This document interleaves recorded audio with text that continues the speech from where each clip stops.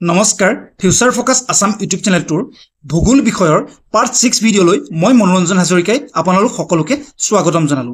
ভাৰত ভূগোলৰ পাৰ্ট 6 ভিডিঅটোত আপোনালোকৰ মাজলৈ লৈ আহিছো ভাৰতৰ গুৰুত্বপূৰ্ণ বহুমুখী প্ৰকল্পসমূহৰ কিটেমান ইম্পৰ্টেন্ট কোৱেশ্চন লৈ। যেহেতু পৰীক্ষাসমূহত এই কোৱেশ্চনসমূহ ৰিপিট হৈ থকা দেখা যায়, গতিকে সেই বহুমুখী প্ৰকল্পসমূহ কোনখন ষ্টেটত নিৰ্মাণ কৰা হৈছে, কোনখন নদীৰ ওপৰত নিৰ্মাণ কৰা হৈছে, ট্ৰিকৰ সহায়ে আপোনালোকক মনত ৰাখিবলৈ চেষ্টা কৰাম।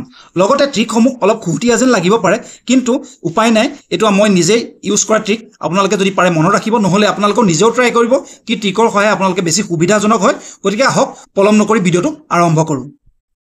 আজি ভিডিঅ'টোৰ প্ৰথমটো প্ৰশ্ন, the first multipurpose project of India was. ভাৰতৰ প্ৰথম বহুমুখী প্ৰকল্প আছিল। অপশ্যনসমূহৰ ভিতৰত শুদ্ধ উত্তৰটো হ'ল option B, Damodar valley project. আহকচোন দামোদৰ ভেলী প্ৰজেক্টৰ ওপৰত আমি অলপ ডিছকাছ কৰোঁ। দামোদৰ ভেলী কৰ্পৰেশ্যন বা DVC বা দামোদৰ ভেলী প্ৰজেক্ট 1948 চনত চৰকাৰে গৃহীত কৰা আইনৰ অনুযায়ী আৰম্ভ কৰা হৈছিল। এই প্ৰজেক্টে বিহাৰ, পশ্চিমবংগ আৰু ঝাৰখণ্ডক সামৰি লয় আৰু এই প্ৰজেক্টৰ উদ্দেশ্য আছিল বান নিয়ন্ত্ৰণ কৰা, জলসিঞ্চন প্ৰকল্প স্থাপন কৰা, লগতে বিদ্যুৎ উৎপাদন কৰা। কথাখিনি ক্লিয়াৰ হ'ল। পৰৱৰ্তী প্ৰশ্নলৈ আহিব পাৰোঁ। Question number 2, which river is the main source of Matatila dam in Uttar Pradesh. উত্তৰ প্ৰদেশৰ মাতাটিলা বান্ধৰ মুখ্য উৎস কোনখন নদী?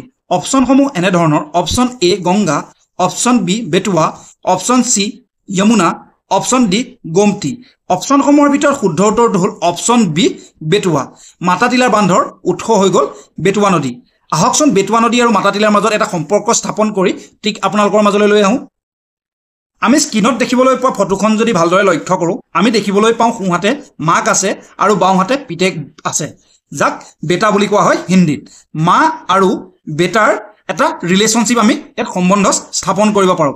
গতিকে মাতাটিলা, মাৰ পৰা আহিলে মাতাটিলা আৰু বেটুৱা আহিলে বেটা। গতিকে এই ফটোখন আমি যদি মনত ৰাখোঁ, পৰীক্ষাত আমি কুৱেশ্যনটো টেকেল কৰিবলৈ ইজি হ'ব। মা আৰু বেটা, মাতাটিলা আৰু বেটুৱা নদী। কথাটো ক্লিয়াৰ। পৰৱৰ্তী প্ৰশ্নলৈ আহোঁ। Question number 3, which one of the following pair is not correctly মেটচ। নিম্নলিখিত কোনযোৰ সঠিকভাৱে মিল নাই? অপশ্যনসমূহৰ ভিতৰত A Sardar Sarovar dam, Narmada river, Tilaiya dam, Kanhar river, Gandhi Sagar dam, Chambal river, Nagarjuna Sagar dam, Krishna river. অপশ্যনসমূহৰ ভিতৰত শুদ্ধ উত্তৰটো অৰ্থাৎ মিল নথকা উত্তৰটো হ'ল তেলেইয়া ডেম, কন্নাৰ ৰিভাৰ। গতিকে আমাৰ অপশ্যন বিটো হ'ল শুদ্ধ। 1953 চনত স্থাপিত কৰা তেলেইয়া ডেম যি স্থাপন কৰা হৈছিল ঝাৰখণ্ডত স্থাপিত তেলেইয়া ডেম দামোদৰ ৰিভাৰৰ এখন উপনৈ বৰাকৰ ৰিভাৰত ইয়াক স্থাপন কৰা হৈছিল আৰু ই 4 মেগাৱাট বিজুলী প্ৰদান কৰে। আৰু ই কোনে অ'ন কৰে? ইয়াক দামোদৰ ভেলী কৰ্পৰেশ্যনে ইয়াক অ'ন কৰে। কথাখিনি ক্লিয়াৰ হ'ল। আহকচোন আমি এই যি অপশ্যন আছিল, অপশ্যনকেইটা কেনেধৰণৰ ট্ৰিক ইউজ কৰি আমি মনত ৰাখিব পাৰোঁ তাক চেষ্টা কৰোঁ। এতিয়া অপশ্যন এত থকা নৰ্মদা আৰু চৰ্দাৰক আমি কেনেধৰণে প্ৰথমখন ফটোৰ লগত ৰিলে কৰিব পাৰোঁ। চৰ্দাৰৰ যি মন হয়, মনটো নৰম বা কোমল। গতিকে আমি অপশ্যন এৰ লগত বা অপশ্যন যি এত থকা নৰ্মদা ৰিভাৰ আছে, নৰ্মদা ৰিভাৰৰ লগত প্ৰথমখন ফটো আমি কি কৰিব পাৰোঁ? ৰিলাই কৰিব পাৰোঁ। তাৰ পাছত আহিলে তিলেইয়া ডেম বৰাকৰ ৰিভাৰৰ লগত আমি কেনেধৰণে ফটোখনৰ লগত মিলাব পাৰোঁ? ইয়াত তিলেইয়া অসমীয়া কেনেধৰণৰ শব্দ ইয়াত মিলিছে? তিলা, তিলাবোৰ বৰা মানে কি? ডাঙৰ। তিলা বৰা। অসমীয়াত এই তিলা শব্দটো আমি শুনিছোঁ, তিলাবোৰ ডাঙৰ মানে তিলা এনেধৰণে মাটিক যি জমিন থাকে এই জমিনক কোৱা হয় তিলা। গতিকে আমি অপশ্যন বিটো ইয়াক মিলাব পাৰোঁ।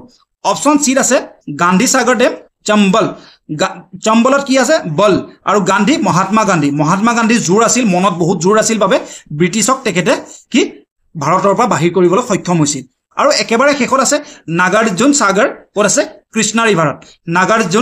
নাগাৰ্জুনত কি আছে? অৰ্জুন আৰু কৃষ্ণ কি সখা হয়।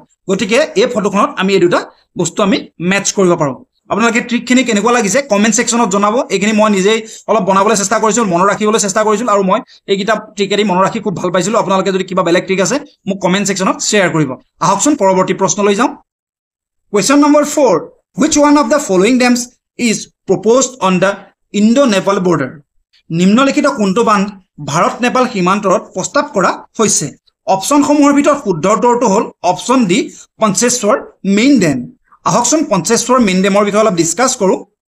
ভাৰত নেপাল বৰ্ডাৰত স্থাপন হ'বলগীয়া পঞ্চেশ্বৰ মেইন ডেম উত্তৰাখণ্ডৰ ৰাজ্যত স্থাপিত আৰু ই 6480 মেগাৱাট বিদ্যুৎ প্ৰস্তুত কৰিব বুলি ইয়াক ধাৰণা কৰা হৈছে আৰু মহাকালী বা কালী নদীৰ ওপৰত ইয়াক নিৰ্মাণ কৰা হৈছে 2026 চনত ইয়াৰ কাম সম্পূৰ্ণ হ'ব আৰু 2028 চনৰ পৰা ই বিদ্যুৎ উৎপাদন কৰিবলৈ সম্পূৰ্ণৰূপে কাৰ্যক্ষম হ'ব আহকচোন পৰৱৰ্তী প্ৰশ্নলৈ যাওঁ Question number 5 To which of the following project is Narmada Bachao Andolan related নিম্নলিখিত কোনটো প্ৰকল্পৰ সৈতে নৰ্মদা বচাও আন্দোলন সম্পৰ্কিত অপচনসমূহৰ ভিতৰত শুদ্ধ উত্তৰটো হ'ল অপচন এ চৰ্দাৰ সৰোবৰ ডেম আহকচোন এই বিষয়ে অলপ ডিসকাস কৰোঁ চৰ্দাৰ সৰোবৰ বান্ধ হৈছে নৰ্মদা বচাও আন্দোলনৰ সৈতে সম্পৰ্কিত নৰ্মদা বচাও আন্দোলন অৰ্থাৎ চমুকৈ NBA নৰ্মদা নদীৰ ওপৰত নিৰ্মিত বহুত পৰিমাণৰ যি বা বৃহৎ পৰিমাণৰ যি বান্ধৰ সংখ্যা বাঢ়ি গৈছে সেই বান্ধৰ সংখ্যা বাঢ়ি যোৱাৰ বিপৰীতে পৰিৱেশবিদ বা মানৱ অধিকাৰ কৰ্মচাৰীসকলে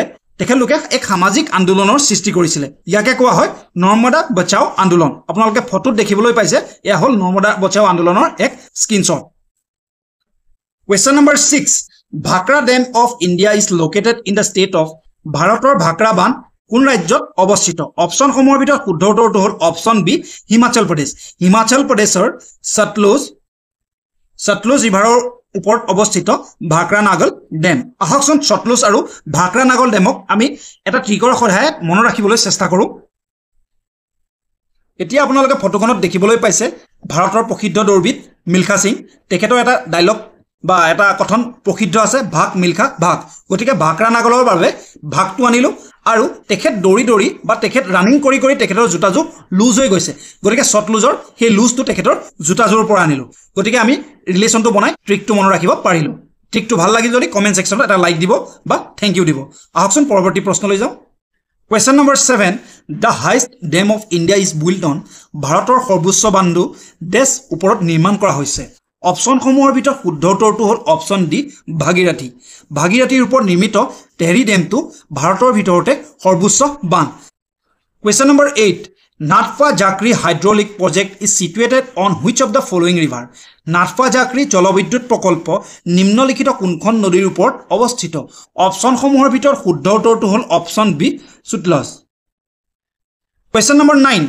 Srisailam hydroelectric power plant is built on which river Srisailam জলবিদ্যুৎ প্ৰকল্প কোন নদীৰ ওপৰত নিৰ্মাণ কৰা হৈছে অপচনসমূহৰ ভিতৰত শুদ্ধ উত্তৰটো হ'ল অপচন সি কৃষ্ণা ৰিভাৰ আহকচোন Srisailam হাইড্ৰইলেক্ট্ৰিক পাৱাৰ প্লান্ট আৰু কৃষ্ণা ৰিভাৰক আমি এটা ট্ৰিকৰ সৈতে মনত ৰাখিবলৈ চেষ্টা কৰোঁ আমি ফটোখনত দেখিবলৈ পাইছো ভগৱান শ্ৰীকৃষ্ণ ঠিক আছে নে আমি ফটোখনত দেখিবলৈ পাইছো ভগৱান শ্ৰীকৃষ্ণ দেৱক আৰু শ্ৰীকৃষ্ণৰ পৰা আহিলে Srisailam যি ডেম আছে আৰু কৃষ্ণা ৰিভাৰ সেই ডেমটো কৃষ্ণা ৰিভাৰত অৱস্থিত বা স্থাপন কৰা হৈছে গতিকে আমি এই দুটা এই ফটোখনৰ ট্ৰিকেদি আমি মনত ৰাখিব পাৰো Question number 10 Tehri Dam is situated at the confluence of rivers Tehri Dam বা তেহৰী বান্ধ দেশ সমন্বয়স্থলীত অৱস্থিত অপচন এ ভাগীৰথী এণ্ড ভিলংগনা যি ৰিভাৰ আছে হিহঁতৰ সমন্বয়স্থলীত বা সমন্বয়স্থলীত এই তেহৰী ডেম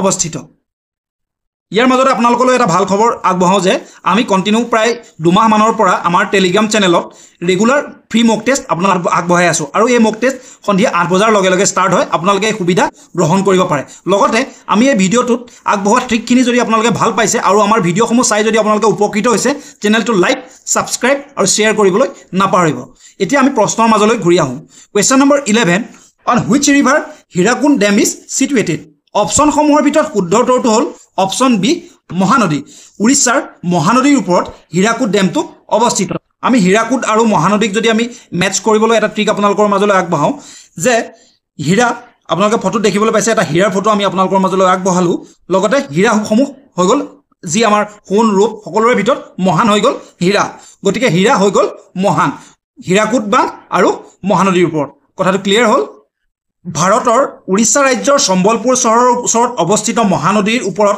এই হীৰাকুদ ডেমটো অৱস্থিত এই ডেমটোৰ কাম আৰম্ভ হৈছিল 1957 ত আৰু এই ডেমৰ দৈৰ্ঘ্য হৈ গ'ল 25.79 কিলোমিটাৰ আৰু ভাৰতৰ ভিতৰত সকলোতকৈ লংগেষ্ট কি ৰিভাৰ ডেম কথাখিনি ক্লিয়াৰ হ'ল পৰৱৰ্তী প্ৰশ্নলৈ যাব পাৰো Question number 12 In which state Bansagar Dam is located কোনখন ৰাজ্যত বানসাগৰ ডেম লোকেটেড হয় অপশ্যনসমূহৰ ভিতৰত শুদ্ধ উত্তৰটো হ'ল MP বা Madhya Pradesh Question number 13 The Rana Pratap Sagar Dam is built on the river Rana Pratap Sagar Dam কোনখন নদীৰ ওপৰত অৱস্থিত অপশ্যনসমূহৰ ভিতৰত শুদ্ধ উত্তৰটো হ'ল অপশ্যন ডি চম্বল ৰিভাৰ চম্বল ৰিভাৰৰ ওপৰত Rana Pratap Sagar Dam অৱস্থিত আহকচোন এই বিষয়ে অলপ ডিসকাস কৰো ৰাজস্থানৰ চম্বল নদীৰ ওপৰত অৱস্থিত Rana Pratap Sagar যি ড্যাম আছে সেই ড্যামে 172 মেগাৱাট শক্তি উৎপন্ন কৰে আৰু এই ড্যামৰ আনুষ্ঠানিকভাৱে মুকলি কেতিয়া কৰা হৈছিল